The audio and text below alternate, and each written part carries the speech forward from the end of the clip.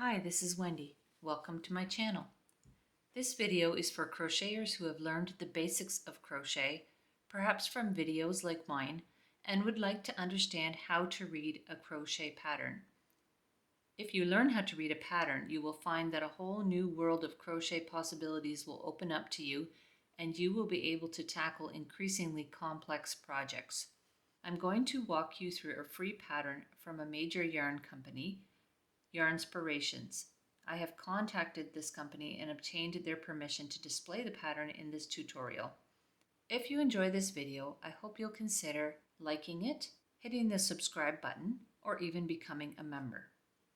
I should mention before we begin that not all patterns you will find online are well written. I suggest that if you're new to pattern reading, you stick to patterns from a reputable designer or company. Another reason to do this is the recent proliferation of AI patterns. They look legitimate, but the truth is that ChatGPT and Gemini and other AI generators don't know how to crochet. So let's jump in, starting with this great cardigan pattern. There's a ton of information on this first page, and it will make sense to you once you know how to interpret it and how to read the crochet code. First of all, note the company information and the customer care information at the bottom. Pattern companies often have tips, tutorials, and customer care teams to offer pattern support. The second piece of information is the difficulty level, in this case intermediate, which assumes that you have mastered the basic stitches and crochet vocabulary and techniques. Next up is the yarn information. The yarn weight symbol with the number 4 will help you when you are shopping for yarn. Look for a number 4 on the ball band of the yarn that you're purchasing. There are two potential issues to keep in mind here. First, you may have purchased yarn from an independent dyer and it doesn't have a number. Secondly, if you've worked with a variety of yarns, you will know that yarn can vary in thickness, even in the same category. So if you would like to substitute another yarn for the Red Heart Super Saver called for in this pattern, can you be sure it's the same thickness? The answer is yes, thanks to these numbers next to the yarn name. Every yarn label should tell you the length and weight of the yarn in a full skein. In this case, there are 364 yards or 333 meters of yarn weighing 7 ounces or 198 grams. If your substitute yarn is a different weight, you can use these numbers to figure out how much you need. So in this case, if we take the 333 meters, divide it by the 198 grams, we get 1.682 meters per gram. Let's say you have another acrylic yarn like this Bernat satin yarn here. This one has 182 meters and 100 grams per skein. If you take 182 divided by the 100 grams, you get 1.82 meters per gram. So it's about 0.2 meters or 20 centimeters per gram longer. Because I'm getting more length of yarn per meter, I know that this yarn is slightly thinner than the Red Heart called for in the pattern, even though they're both marked number 4. Knowing how to use these numbers to calculate the weight per meter or yard can help you choose a comparable yarn. Once you've chosen your yarn, the pattern tells you how much to buy for your size. This is a very size inclusive pattern, going from an extra small up to a 5XL. There are two sets of measurements in this box. On the left, it gives the chest measurement, and on the right, you'll see the finished chest. So the left side is going to be your actual measurement, and the right hand side, the finished chest, shows you what the sweater size will be when it's completed. In the case of this pattern, it's a very loose-fitting cardigan, so the finished size is quite a bit larger than the body size or the chest size on the left.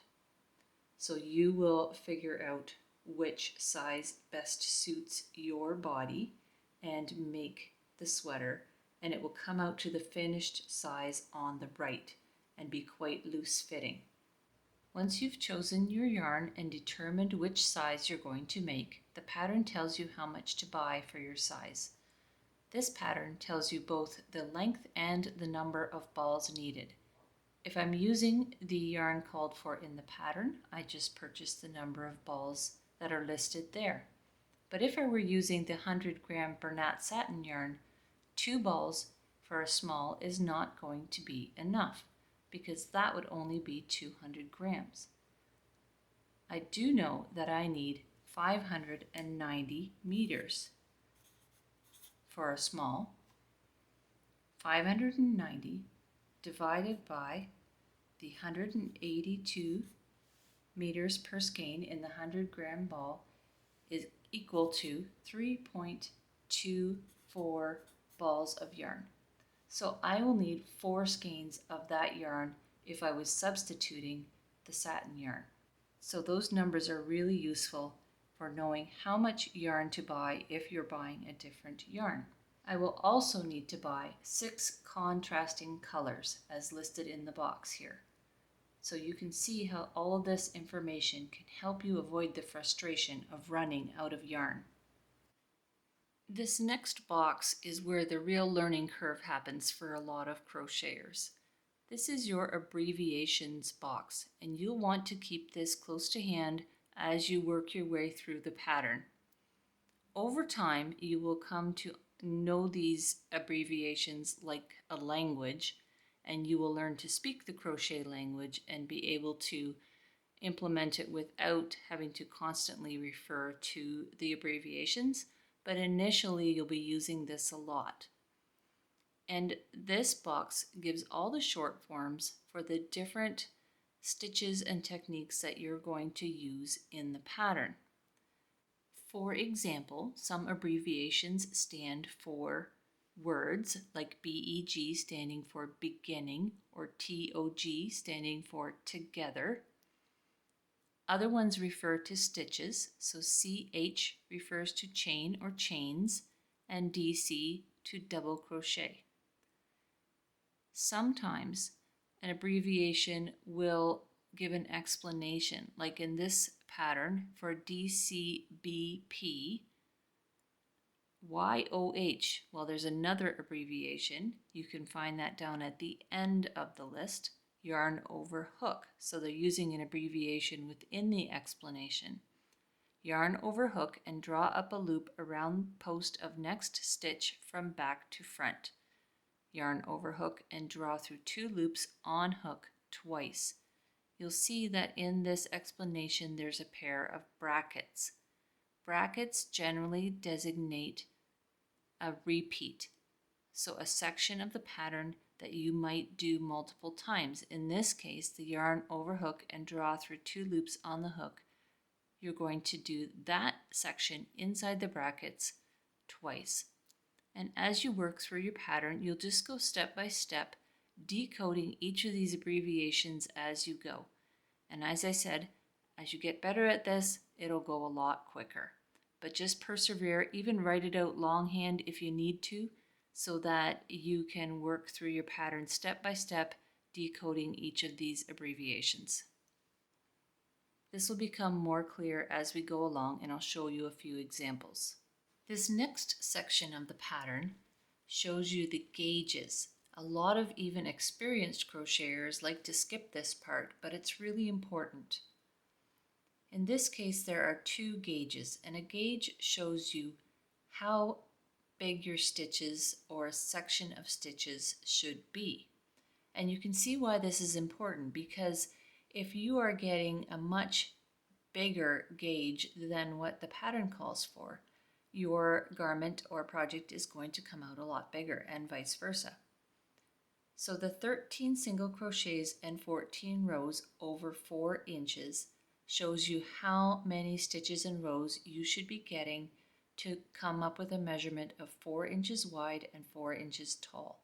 So you'll make a sample swatch that's probably more than 4 inches, so maybe 6 inches wide and 6 inches tall, and then take your ruler, measure off 4 inches in each direction and count how many single crochets and how many rows you have. So you would just do single crochets for 6 inches wide, 6 inches tall, and then measure how many you have inside a 4-inch square.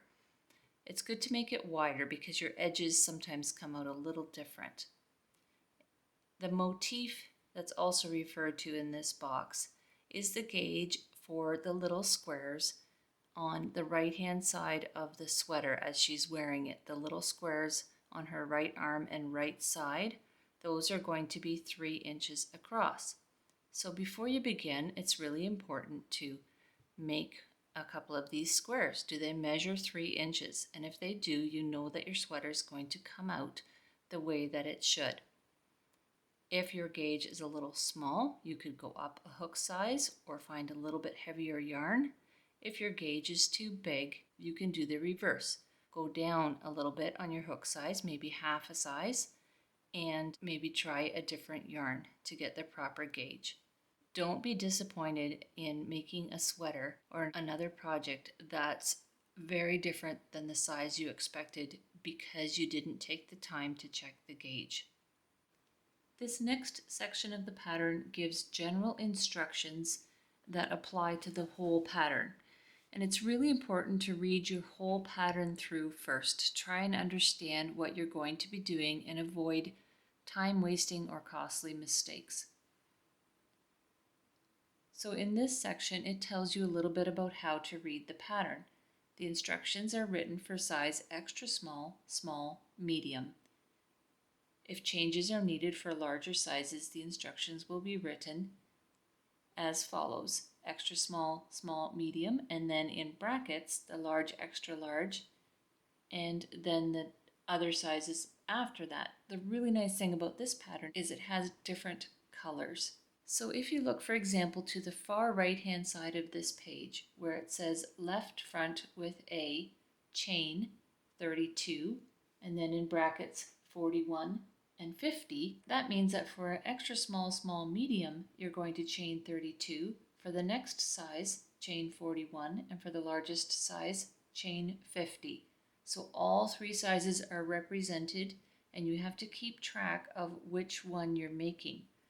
I like to take a highlighter to my pattern and highlight the numbers related to the size that I'm making. So if I was making the large in this pattern, I would go through with my highlighter and highlight all the orange numbers, so the 41 in this case, and keep track of the right size for my garment that I'm making. Let's dig a little bit more into the abbreviations. After the general instructions, you'll start making your pattern. You'll pick up your hook and your yarn and get going. It starts with the motifs, and as I mentioned earlier, a motif is a small shape, perhaps like a granny square or another small shape that you sew together to form a large shape. So it says in the box on the left, with color 1, chain 4. Now how do you know what color 1 is? Well, for that we have to look to the right where the arrow is pointing there. And let's say I'm making the size extra small, small, medium. It says to make 21 motifs, so 21 of those little squares. 4 motifs using A as color 1, 3 using B as color 1, and 3 using C as color 1.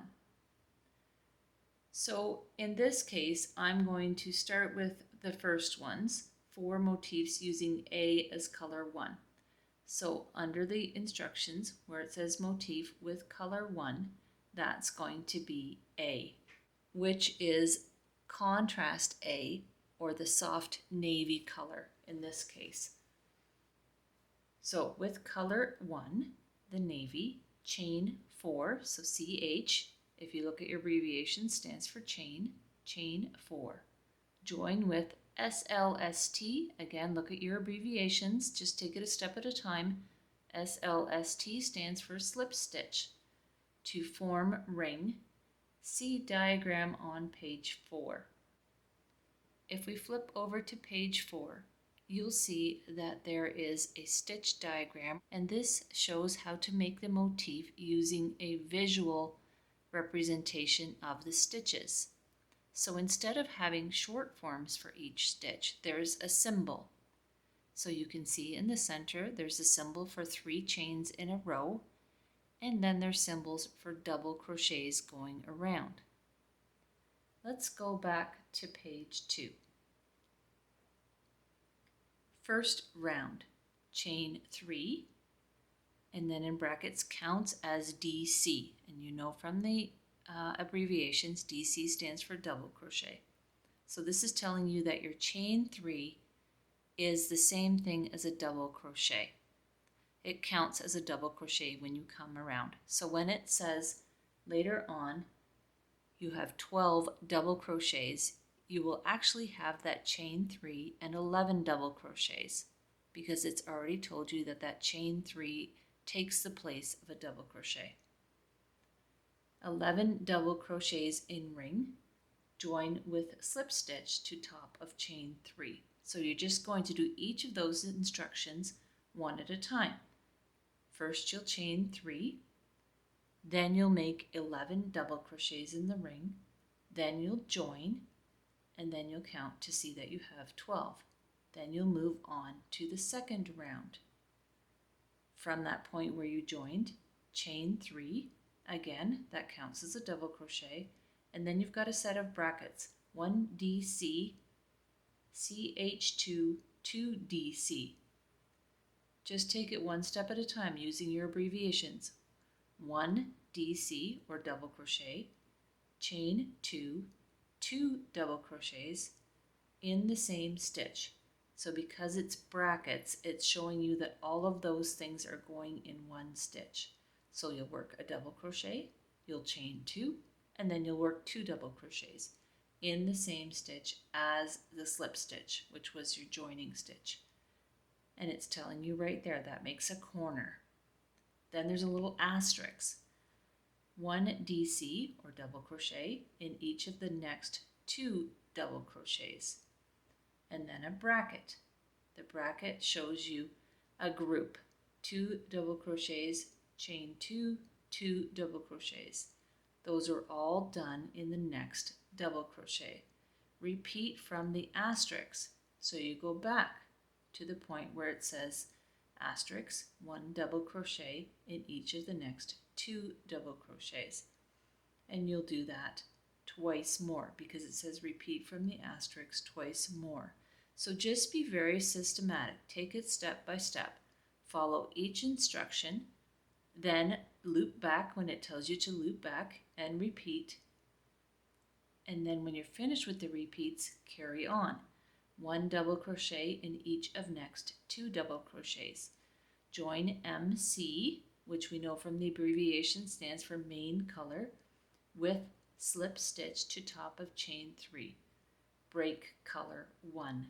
So that makes the first 2 rounds of your motif. Then we go up to the next column at the top where it says third round and follow the instructions to do the next round of the motif. So you'll continue making those motifs until you have 21 motifs in all those colors for the smallest size. Pay attention to the different sizes. In this case, I have a box around the size large, extra large, so that contains the instructions only for that size. There are 3 different sections for the 3 different sizes, and you only complete the one that pertains to the size that you're making. The next box refers to all sizes. Using main color, sew the motifs together as shown in the diagram for your size using whip stitch. The whip stitch diagram is on the next page, but I've attached it here on the side, and it's demonstrating how to sew them together. The diagrams on page 5 show you how to lay out all your different colors of motifs to make the design called for in the sweater. Then you'll sew them together in the particular order for the size of sweater that you're making. Now you'll systematically move on to the next section of the pattern. Where it says right sleeve, sizes extra small, small, medium, and large, extra large only. So those instructions will pertain to those two sizes. So if I was making the large, I would follow those instructions. Make 6 motifs each using A, B, C, D, E, and F as color 1. So I'm going to make 6 motifs with A in the center, 6 motifs with color B in the center, and so on. If I was making the largest size, I would follow the instructions just below that and ignore the instructions for the smaller sizes. Below that it says all sizes, so that instruction will pertain to all of them using main color, sew motifs together as shown in the diagram, using whip stitch. PM is another abbreviation. If you don't know it, go back and look at your abbreviation on the first page. PM stands for place marker. So you're going to use a stitch marker. Place the marker in the center of the top of the sleeve. Noting that the smallest and the mediums or the middle size are 6 motifs wide and the largest size is 8 motifs wide. So it makes sense that you would put your marker with 3 motifs on either side for the 2 smaller sizes and 4 motifs on either side for the largest size. Then move on to the next portion, which is the left front. And again, just step by step, reading the abbreviations, following the instructions one at a time, one after the other, perhaps using a ruler or something like that to help you keep your place as you go. One thing I'll point out here, that the very last word in this section in the box says turn. It's very important to know if you're going back and forth, you're going in continuous rounds, or you're going in rounds, stopping and turning and going back the other way. So pay attention to that word turn. If you don't see it, it means you're just continuing around. But if you do see it, it means you need to turn around on your work and go back in the other direction for the next row or the next round. The next section of the pattern, or the next page rather, continues the instruction for the left sleeve. So at the top it says repeat 4th and 5th rows. So it is telling you to continue doing what you've just done for the last 2 rows. Repeat 4th and 5th rows for pattern, working 2 rows each in C, D, E, F, A, and B. So you have to do 2 things at once here. So you're going to repeat the last 2 rows, whatever you did in those 2 rows, over and over, at the same time switching colors every 2 rows until the piece measures the measurement it says there. So 21 inches for the smallest size, 21 inches for the middle size, and 24 inches for the largest size. And it gives both inches and centimeters there, so make sure you're reading the correct one. Again, highlight the one that pertains to your size. Then it says fasten off, and there's 2 little asterisks there. What on earth are those for? Well, we'll see them again in the next section for the back, where it says work from the double asterisk to the double asterisk as given for the left front.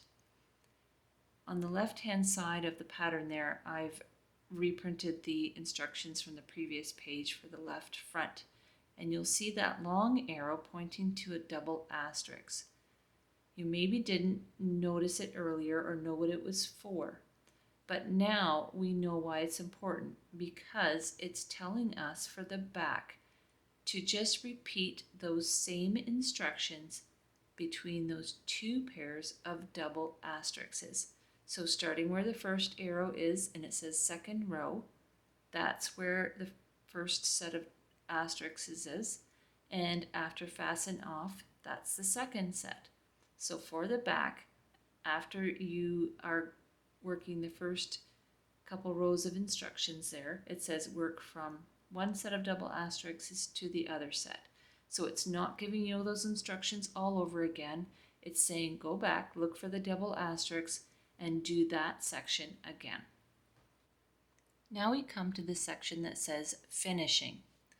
On a crochet project, finishing refers to the parts of the garment, in this case, that are done after the pieces of the garment or the project are made. There's one more useful piece of information on the last page. It shows you what the different pieces of the cardigan look like, their shape, and also their size. When those pieces are done, you begin your finishing.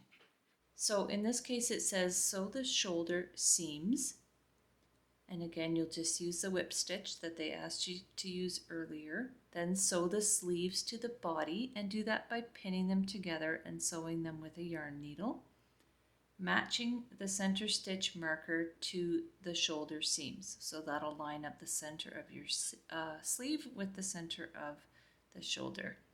Then sew the sleeve and side seams, and it's important to sew it together in the order that the pattern specifies. There's a reason that they tell you to sew it together in that particular order. Then you're going to follow the instructions for the rest of the finishing in order. First making the sleeve cuff, one on the bottom of each sleeve, then the lower edging and the ribbing across the bottom of the cardigan, and then the front edging and the collar. And the front edging includes button band on one side, so it will have ribbing with little holes in it for the buttons. So again, just follow through, looking for your size and following each instruction systematically, one after the other. And that brings us to the end of this pattern.